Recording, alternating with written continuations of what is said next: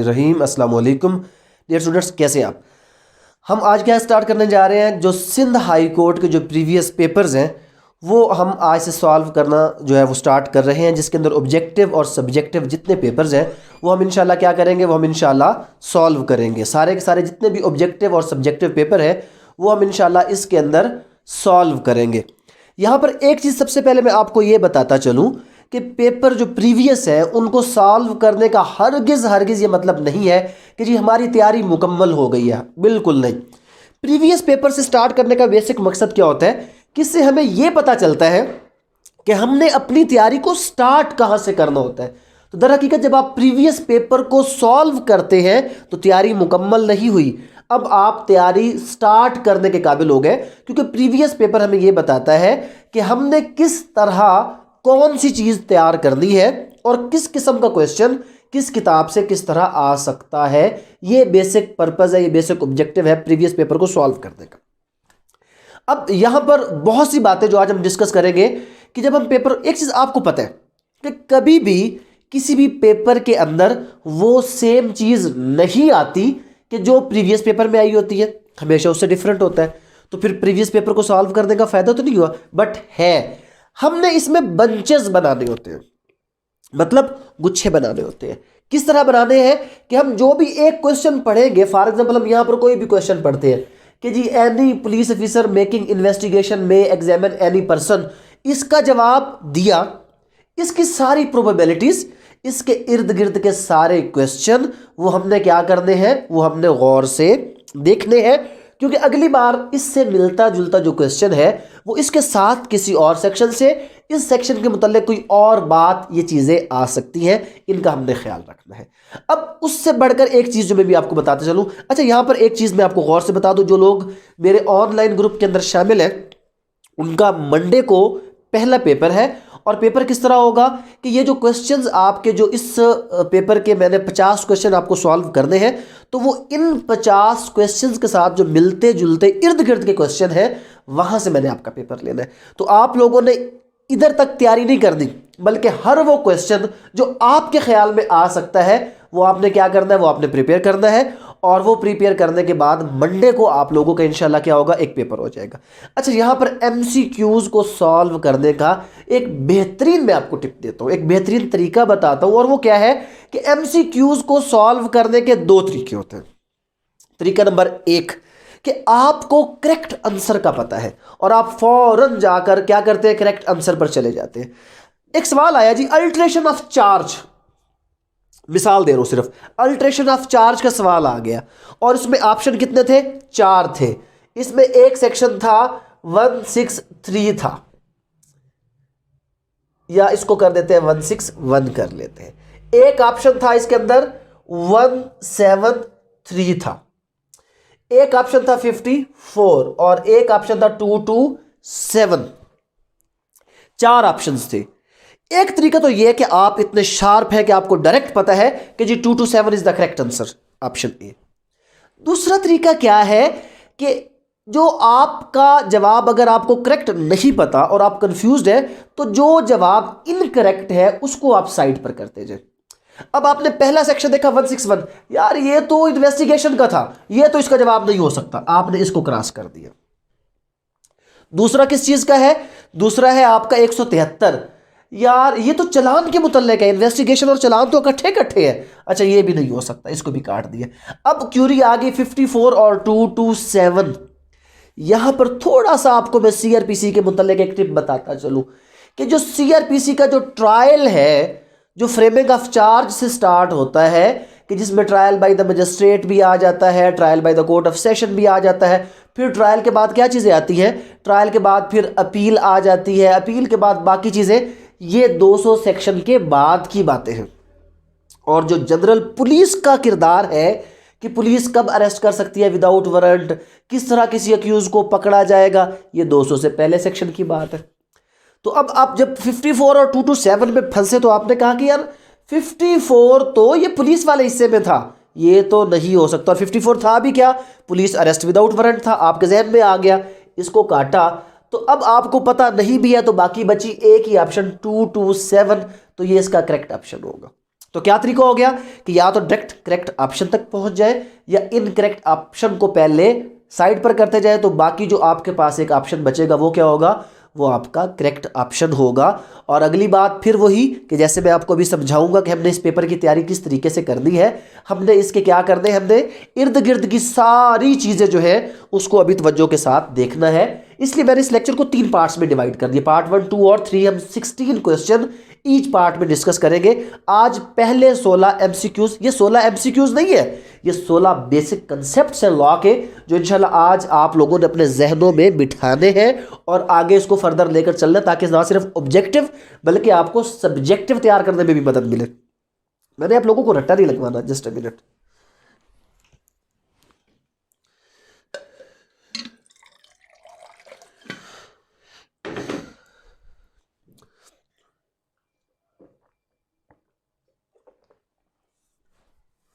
Sorry. तो मैंने आप लोगों को रट्टा नहीं लगाना, मैंने आप लोगों के कंसेप्ट्स क्लियर करने हैं। जो लोग एमसीक्यूज का रट्टा लगाते हैं वो इंतहाई बेवकूफ। एमसीक्यूज का रट्टा कभी भी जिंदगी में नहीं लगाना। बेसिक सब्जेक्टिव कंसेप्ट जिस शख्स का क्लियर होगा, खुद ब खुद वो शख्स क्या करेगा, वो एमसीक्यूज को क्या करेगा, वो अटेम्प्ट कर लेगा। और आपको मैं एक मजे की बात बता दूं, अगर आप लोगों में से किसी ने भी मेरे 2 lecture CPC on finger tips and CrPC on finger tips अगर किसी ने वाकई दिल से बैठकर सुने हैं, दिल से बैठकर सुनने का मतलब पता है ना, कि जैसे किसी के व्हाट्सएप पे कॉल आ जाए ना, तो गौर से देखा भी जाता है और सुना भी जाता है, कोई बात रह ना जाए, सांस तक याद रह जाती है। उसी तरह दिल के आपने साथ अगर किसी ने सुना है, तो वो जब ये पेपर सॉल्व कर रहे होंगे तो उनको एक हैरानी होगी कि यार आधा पेपर तो सिर्फ 2 लेक्चर्स से था। तो अगर 2 लेक्चर्स में मैं आपका आधा पेपर कवर करवा सकता हूँ, तो इंशाल्लाह जो तैयारी हमारी आगे चलेगी वो बेहतरीन होगी। और एक बात जहन में रख ले, तैयारी का गोल हमारा इम्तिहान नहीं है, हमारा तैयारी का गोल है to be expert in law. और अगर आप एक्सपर्ट इन लॉ बन जाते हैं तो आप कहेंगे छोड़ो सिविल जज को, छोड़ो मजिस्ट्रेट को, ओ भाई लॉ में इतना सब कुछ है, मैं क्यों नहीं बनता सिविल जज, मैं क्यों नहीं बनता मजिस्ट्रेट, मैं क्यों नहीं बनता एडिशनल सेशन।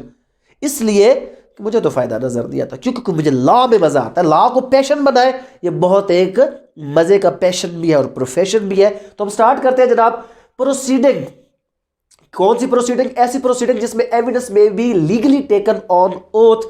अब ये एक अजीब सी है एक स्टेटमेंट, अब हमें समझ नहीं आ रहा। हमारे पास इसमें ऑप्शंस क्या थे? जुडिशियल प्रोसीडिंग, ट्रायल, कंप्लेंट और इंक्वायरी।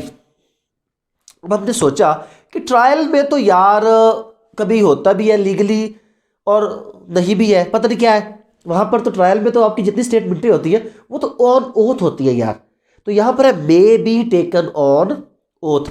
फिर उसके बाद था कंप्लेंट, तो कंप्लेंट में भी वो क्या करता है, एग्जामिनेशन करता है, ऑन ओथ करता है। फिर था इंक्वायरी, इंक्वायरी भी कौन करता है, मजिस्ट्रेट कर रहा होता है, तो वो भी ऑन ओथ स्टेटमेंट लेता है।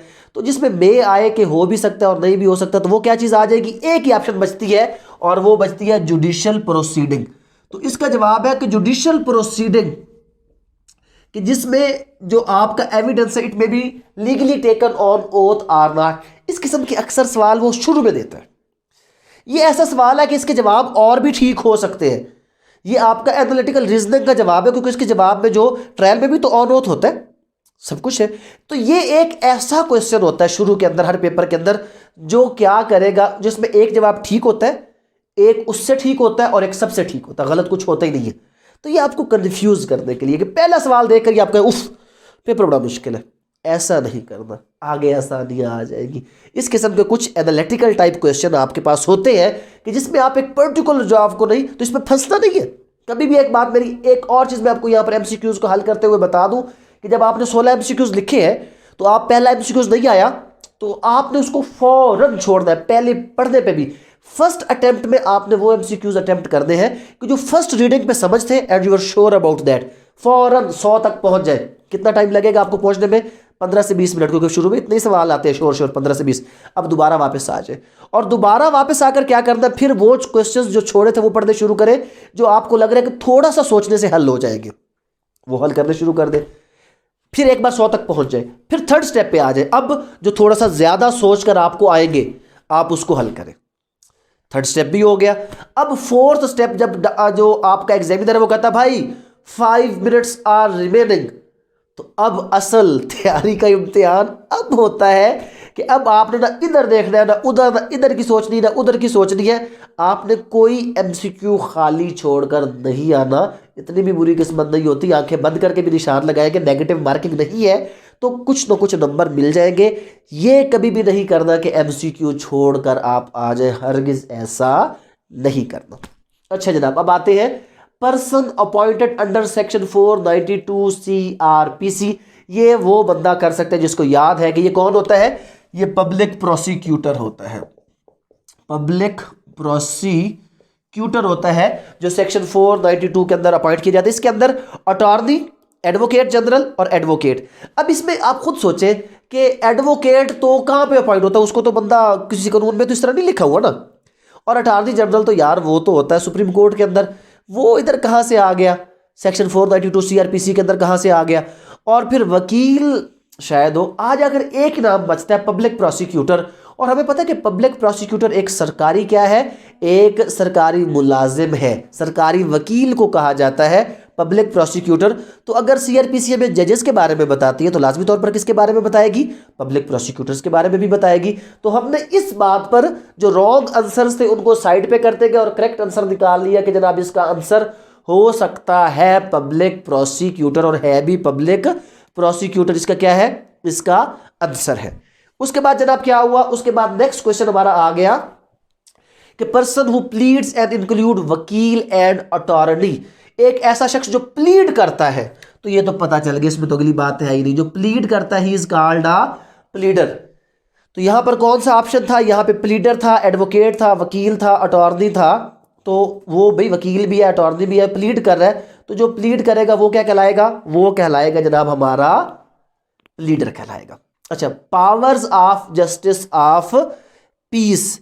अब यहां पर कौन कौन से हमारे पास ऑप्शन है, section 20 CRPC, section 31 CRPC, section 31 फिर 33 CRPC और सेक्शन 22B CRPC। फिर वही वाला काम, उसने कौन कौन सा ऑप्शन दिया है, सेक्शन 20, 31, 33, 20, 31, 33 और 22B दे दिया। अब हमें इतना तो पता कि यार जस्टिस ऑफ पीस के साथ रिलेटेड कौन सा है, 22A 22B। हाँ, अगर वो 22A 22B देता तो फिर हम परेशान हो जाते, बट यहां पर हमें पता था कि यार ये तो डायरेक्ट 22A 22B वाला है, ये भी नहीं है, ये भी नहीं है और ये भी नहीं है। तो powers of justice of peace, तो इसको यहीं पर नहीं रोकना भी आपने। अब 22B में पावर्स है तो 22A में क्या है, उसकी ड्यूटीज है।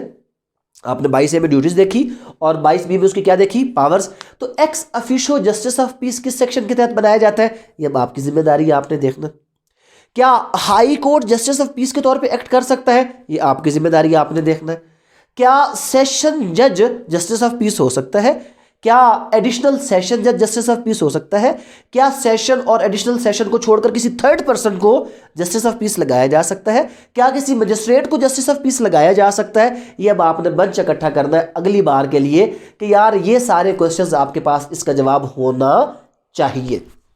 आगे चलते हैं। Women should be searched by another women due to.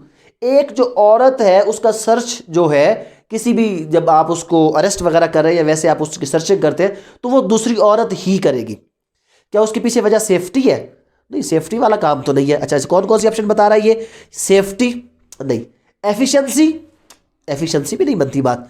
उसके बाद डिसेंसी, असल चीज क्या है, डिसेंसी, कि एक सादगी का तकाजा, एक शराफत का तकाजा, एक डिसेंट होने का तकाजा यह है कि एक जो औरत है उसका सर्च कौन करेगी, एक औरत ही करेगी, कोई मर्द नहीं करेगा। तो इसका आंसर क्या आ गया, इसका आंसर आ गया decency. This is the basic reason कि एक औरत का जो सर्च है वो कौन करेगी, एक औरत ही करेगी। Next question, police arrest without warrant, कौन कौन सा सेक्शन दिया, 54, 55, 154, 46। अच्छा, यहां पर अभी एक तो पता कि 154 तो FIR है, वो तो हो ही नहीं सकता। बाकी फंस गया 54, 55 और 46 के अंदर। थोड़ी सी बातें याद भी रख लेनी है।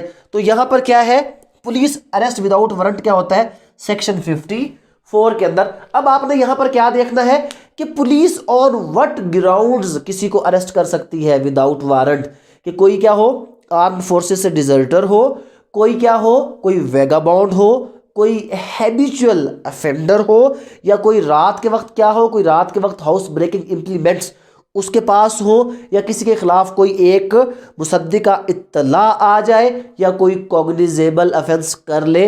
ये सारी बातें आपको पता होनी चाहिए कि पुलिस, क्योंकि इस तरह करके वो डिफरेंट ऑप्शन देकर ऑल आर करेक्ट कर सकता है, तो आपको अगली बार ये चीज़ पता होनी चाहिए। हु साइंस वारंट, इसमें तो भी अगली बात है ही कोई नहीं। वारंट है, समन है, जो भी चीज़ें हैं, they are always signed by the presiding officer of court. और प्रिजाइडिंग ऑफिसर कौन होता है? प्रिजाइडिंग ऑफिसर होता है हमेशा हमारा जज, हमारा मजिस्ट्रेट। तो वारंट किसी भी किस्म को, warrant is always signed by the presiding officer of the court which may be called जज और मजिस्ट्रेट। उसके बाद breach of peace for immovable property. तो इमूवेबल प्रॉपर्टी हमें पता है कि एक ही प्रोविजन है, वैसे तो इमूवेबल प्रॉपर्टी का जो क्वेश्चन है ये तो सिविल का है, बट एक सेक्शन है 145 CRPC जो किसके साथ डील करता है? जो इसके साथ डील करता है। किसके साथ डील करता है? आपके मजिस्ट्रेट की पावर के साथ। कि जब यहां पर एक चीज ध्यान में रखें, तो मजिस्ट्रेट कब कॉग्निजेंस लेगा ब्रीच ऑफ पीस के मामले में? कि जब इमिनेंट डेंजर को फौरी खतरा होगा to the public peace and tranquility. In this case under section 145 magistrate can take the cognizance, और वो दोनों पार्टियों को बुला लेगा, उनसे छोटी वगैरह तलब कर लेगा, और अगर जरूरी समझेगा तो उधर कोई FIR वगैरह का भी ऑर्डर भी कर सकता है। फर्दर वो ट्रायल भी अगर चलाना चाहे तो चला सकता है। तो यहां पर आपको पता होना चाहिए कि 145 क्या है? Power of magistrate regarding the immovable property है। नेक्स्ट क्वेश्चन की तरफ आ जाते हैं, इंफॉर्मेशन इन कॉग्निजेबल अफेंसेस। अब यहां पर खाली इधर नहीं रहना, अफेंसेस होते हैं कॉग्निजेबल और नॉन कॉग्निजेबल, और कॉग्निजेबल की हमेशा इंफॉर्मेशन किसके तहत होती है? 154 किसके लिए होता है? कॉग्निजेबल के लिए। इसको हम क्या कहते हैं? FIR, इसी को कहते हैं। 155 किसके लिए होता है? हमेशा होता है नॉन कॉग्निजेबल के लिए होता है। इसके लिए आपको कहां पर रेफर किया जाता है? इसके लिए वो आपको रेफर करता है कि भाई साहब जाओ और आप क्या करो, आप जाकर कर लो कंप्लेंट। और 156 किसके लिए होता है? ये इन्वेस्टिगेशन बाय पुलिस होती है। और ये इन्वेस्टिगेशन बाय पुलिस कब होती है? ये होती है आपकी जब वो 154 में क्या करे? FIR काट ले। ये इकट्ठा पूरा आपको एक मंच बनाना है। ये वो लेक्चर जो मैंने आपको कहा है CRPC और फिंगर टिप्स, जो फिंगर टिप्स लेक्चर है, अगर आपने सारे के सारे सुन लिए, इंशाल्लाह मैं आपको श्योरिटी के साथ कहता हूं कि आपका स्क्रीनिंग टेस्ट जो सिंध हाई कोर्ट का वो खुद ब खुद पास हो जाएगा। बहुत से कंसेप्ट आपके क्लियर हो जाएंगे।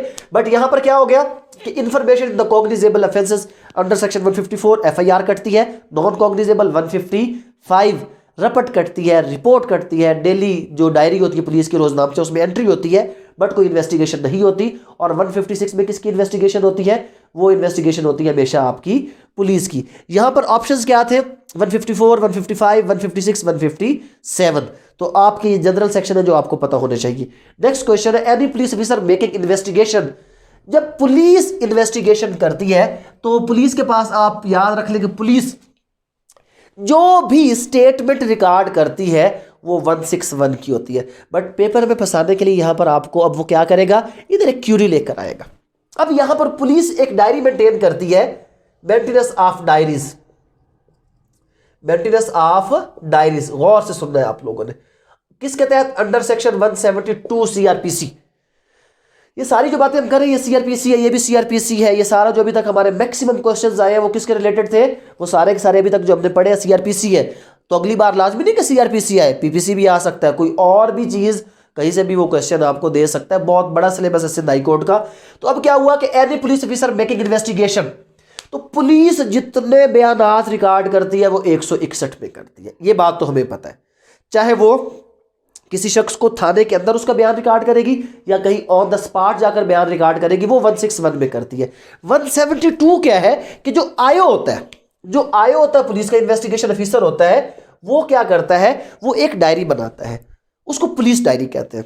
वो उसको पुलिस मिसल के अंदर लगाता है और वो उसके अंदर तमाम तफसीलात जो उसने लिखी होती है अपनी याददाश्त के लिए लिखता है। कब गया, कहाँ गया, किसका बयान रिकॉर्ड किया, कब रिकवरी की, किसकी मौजूदगी में की, कितनी रिकवरी की, कब किसी चीज़ को लेबॉर्ट्री के लिए भेजा, सारी बातें उसमें लिखी होती है। और यहाँ पर जो चीज़ आपने इधर जहन में रखनी है, 172 प्रिविलेज्ड है और आपका जो 161 वो प्रिविलेज नहीं है। वो जो प्रिविलेज कम्युनिकेशन पढ़ा था ना हमने, पुलिस वगैरह को एक प्रिविलेज हासिल था आर्टिकल 8 वाला, तो दर हकीकत वो 172 एक प्रिविलेज डॉक्यूमेंट है जो अक्यूज ये नहीं कह सकता जी मुझे दिखाओ पुलिस की क्या तफ्तीश है। तो वो पुलिस अपने पीडीएसपी जो उसको प्रोसिक्यूशन डीएसपी होता है उसके जरिए से जज तक पहुंचाती है, ड्यूरिंग ट्रायल जज के पास होता है, बट जज भी वो चीज किसी अक्यूज को नहीं दिखाती, हाँ पुलिस को देती है for refreshment of memory under article 155 of कानून शहादत ऑर्डर। लेकिन यहां पर आपने क्या याद रखना है कि जो पुलिस के जनरल बयान है वो 161 के हैं। अब वो यहां पर आपको फंसाने के लिए पूछ सकता है कि what is the unprivileged statement, the police records privilege statement under section या पुलिस रिकॉर्ड्स अनप्रिविलेज्ड स्टेटमेंट। तो जो 161 होता है ये अनप्रिविलेज्ड होता है, मतलब इस पे ये पब्लिक डॉक्यूमेंट होता है, ये पब्लिक डॉक्यूमेंट होता है जिसके ऊपर कोई भी शख्स क्या कर सकता है, जिसके ऊपर कोई भी शख्स आपको यानी कि अक्यूज वगैरह वो ये 161 का स्टेटमेंट लेने का हकदार है ताकि वो अपने डिफेंस को तैयार कर सके। उसके बाद अगर पूछे कि एविडेंटरी वैल्यू, तो 161 की कोई एविडेंटरी वैल्यू नहीं है। Magistrate taking cognizance under section 200 इस्तगासा कंप्लेंट, तो मजिस्ट्रेट जब भी किसी कंप्लेंट की कॉग्निजेंस लेगा तो डेफिनेटली यहां पर उसने कौन कौन सी ऑप्शंस दी है, यहां पर उसने ऑप्शन दिया है statement of the complainant on oath, evidence from the पीडब्ल्यूज, issue warrant of arrest, none of the above. तो कंप्लेंट का प्रोसीजर आपको पता होना चाहिए कि जब भी मजिस्ट्रेट एक कंप्लेंट सुनेगा तो हमेशा सबसे पहले वो क्या करेगा, हमेशा सबसे पहले जनाब वो ये करेगा कि वो आपका जो कंप्लेनेंट है उसका एग्जामिन करेगा, फिर बाद में जो है आपका प्रोसिक्यूटर विटनेस आएगा, बाद में एविडेंस वगैरह आएगा, बट इनिशियली क्या होगा, एग्जामिनेशन होगा। पहली स्टेज उसकी यही है कि वो क्या करेगा, एग्जामिनेशन किसका करेगा, ऑफ कंप्लेनेंट करेगा, और वो भी कैसे करेगा, of complainant on oath. It is the first step under section 200 which is followed by the magistrate. Alteration of charge में आपको बता चुका हूं, यहां पर क्या है, अल्ट्रेशन ऑफ चार्ज 227 सेक्शन 227। यहां पर यह पूछा जा सकता है कि at what stage the charge may be amended, at any stage before pronouncement of the judgment the charge may be amended, पहली बात होगी। What is the effect of the amendment of charge, दोबारा पढ़ के सुनाया जाएगा, और अगर अक्यूज कहता है कि नहीं जनाब नॉट गिल्टी तो 0 से ट्रायल भी स्टार्ट हो सकता है, ये फर्क है। यहां पर वो आपसे ज्वाइंडर ऑफ चार्जेस का पूछ सकता है, तो हमने क्या याद रखना कि अगर कोई बंदा एक साल में एक जैसे 3 जुर्म करता है तो तीनों जुर्म उसको क्या किया जा सकता है, ज्वाइंडर ऑफ चार्जेस किया जा सकता है for the convenience of the court. Persons are acquitted and convicted cannot be tried again for the same offence, no doubt. Section 403 क्या है, डबल जीओपर्डी। अब आप लोगों ने इधर नहीं रुक जाना, सेक्शन 403 तो डबल जीओपर्डी तो हो गया, कब होगा, जब सेम पार्टीज होगा, प्रीवियस केस होगा, उसमें कोई एक्विट हो चुका है, ट्रायल हुआ, उसमें एक्विट हुआ या कन्विक्ट हुआ और सजा उसने अपनी पूरी कर ली, तो उस सूरत में आपका जो है दोबारा ट्रायल नहीं चल सकता, अपील वगैरह हो सकती है।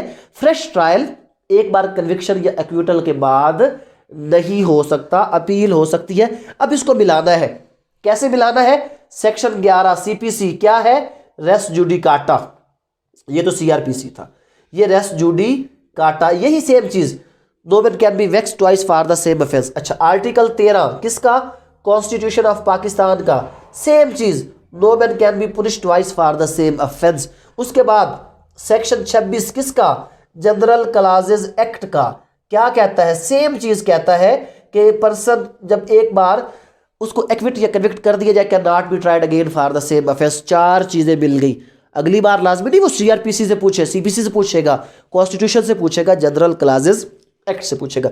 नेक्स्ट है where appeal lies against the sentence pass by the magistrate, सिर्फ इसको इधर नहीं रोकना कि मजिस्ट्रेट अगर सेंटेंस दे तो अपील किधर जाएगी, अगली बार वो ये नहीं पूछेगा, कुछ और पूछेगा। बट जहन में रखें कि जो आपका मजिस्ट्रेट है, एक तो हो गया मजिस्ट्रेट हमारा ट्रायल चला रहा है, और एक हमारा कौन ट्रायल चला रहा है, एक हमारा ट्रायल जनाब चला रहा है हमारा सेशन कोर्ट चला रहा है। अच्छा, मजिस्ट्रेट क्या करेगा, बंदे को या तो करेगा एक्विट करेगा और या क्या करेगा, उसको कन्विक्ट करेगा। अगर तो कन्विक्ट करेगा तो इसने क्या पूछा है, सेंटेंस पास भाई, कन्विक्ट किया मजिस्ट्रेट ने, तो कन्विक्ट में 408 सीआरपीसी में अपील किधर जाएगी, सेशन। और अगर सेशन किसी बंदे को कन्विक्ट करता है तो अपील किधर जाएगी, हाई कोर्ट। कौन सा सेक्शन, 410, किधर चली गई, हाई कोर्ट में चली गई, 410। और अगर एक्विट किया है तो एक्विटल की अपील चाहे कोई भी करे, 417 बिफोर हाई कोर्ट। जब भी एक्विट किया जाएगा किसी शख्स को, मजिस्ट्रेट अगर एक्विट करे, सेशन में अपील नहीं होगी, अपील किधर जाएगी? Direct high court. तो 3 सेक्शन जरूरी जहन में होने चाहिए। 408 अगर सजा दे मजिस्ट्रेट तो सेशन के पास जाते हैं। वो आपसे ये पूछ सकता है कि 408 की अपील किधर लाई करती है? 408 मजिस्ट्रेट के फैसले के खिलाफ सेशन में। 410 की अपील किधर है? सेशन की सजा के खिलाफ, किधर? आपके हाई कोर्ट के अंदर। और उसके बाद 417 क्या है? Appeal against the acquittal pass by the magistrate to the high court हो जाएगा। Accused plead guilty, he can only appeal. अगर कोई अक्यूज प्लीड गिल्टी करे तो फिर क्या होगा? वो किसके खिलाफ सजा कर सकता है? Conviction, competence, procedure, sentence. अब कन्विक्शन तो पता है, जब प्लीड गिल्टी किया तो भाई कन्विक्ट तो होना ही होना है, कन्विक्शन के खिलाफ तो नहीं हो सकता। और प्रोसीजर के तहत, प्रोसीजर जो एक बार अप्लाई हो गया सो हो गया, वहां पर भी नहीं हो सकता। कंपिटेंसी के ऊपर वो पहले जब उसने प्लीड गिल्टी किया मीन्स वो कंपिटेंट मान रहा है तो उसके सामने प्लीड गिल्टी कर रहा है, तो ये भी नहीं। बाकी बचा सेंटेंस। तो अगर कोई शख्स प्लीड गिल्टी करता है और उसको सजा हो जाती है तो वो सिर्फ अपनी सजा उसके मुतल्लिक अपील करेगा कि जी ज्यादा है, इसको क्या किया जाए? कम किया जाए। तो अगर कोई प्लीड गिल्टी करेगा, अब आपको यह भी याद होना चाहिए प्लीड गिल्टी किधर होता है? ट्रायल बाय द मजिस्ट्रेट में चले जाएंगे पहले। 241 provision of the document, 242 framing of charge और 243 सीआरपीसी। 243 सीआरपीसी क्या है? प्लीड गिल्टी किया, और प्लीड गिल्टी करेगा तो खाली किस चीज को कर सकता है? सेंटेंस के खिलाफ अपील कर सकता है और किसी भी चीज के खिलाफ नहीं कर सकता। और आगे आ गया person habitually associated of committing robbery oblique child stealing. Keywords होते हैं एमसीक्यूज और कंसेप्ट्स को क्लियर करने के लिए, क्या होते हैं? कीवर्ड्स जहन में रखने हैं। कुछ कीवर्ड्स यहां पर आपको बता रहा हूं, ये आपने उस पेपर के लिए भी तैयार कर दे। जो चाइल्ड स्टीलिंग और रॉबरी दो इकट्ठे हैं, चाइल्ड स्टीलिंग और रॉबरी दो इकट्ठे हैं, सेक्शन 326 पीपीसी ठग, THUG ठग, ये आ जाएगा अगर दो चीजें इकट्ठी है। फिर अगर यहां पर क्या है? फोर्सफुल। फोर्सफुल अगर कोई किसी को लेकर जाएगा, फोर्सफुली लेकर जाएगा तो एबडक्शन में आ जाएगा। किसी को फोर्सफुली लेकर जाना, एबडक्शन। और अगर आ जाए कि inciting or taking, inciting or taking, तो इंसाइट आर टेक क्या है? यह है आपका किडनैपिंग। तो इंसाइटिंग आर टेकिंग, किडनैपिंग, लफ्ज जहन में रख लेना है। फोर्सफुल का लफ्ज आया तो एबडक्शन में चला जाएगा। और चाइल्ड स्टीलिंग, इसको अक्सर लोग किडनैपिंग में लेकर जाते हैं, बट चाइल्ड स्टीलिंग प्लस क्या है? रॉबरी, तो ये क्या हो जाएगा? ये हो जाएगा ठग। ये हमारा हो गया आज इसका पार्ट 1। अब इंशाल्लाह नेक्स्ट लेक्चर में पार्ट 2 और फिर उसके बाद पार्ट 3 करेंगे। बट ये सिर्फ आपके ऑब्जेक्टिव नहीं, कंसेप्ट्स को क्लियर करें, इंशाल्लाह चीज़ें खुद ब खुद होती जाएगी। हर पेपर के साथ हम टिप्स और उसके साथ एसोसिएटेड वर्ड्स मैं आप लोगों के जहनों में डालता जाऊँगा। लेक्चर्स बार बार सुने और जो मंडे का टेस्ट है उसके लिए तैयार हो जाए। वो टेस्ट मैं शेयर करूँगा, देखते हैं आप लोग क्या करते हैं। आज के लिए इतना ही। Thank you very much. अस्सलाम वालेकुम।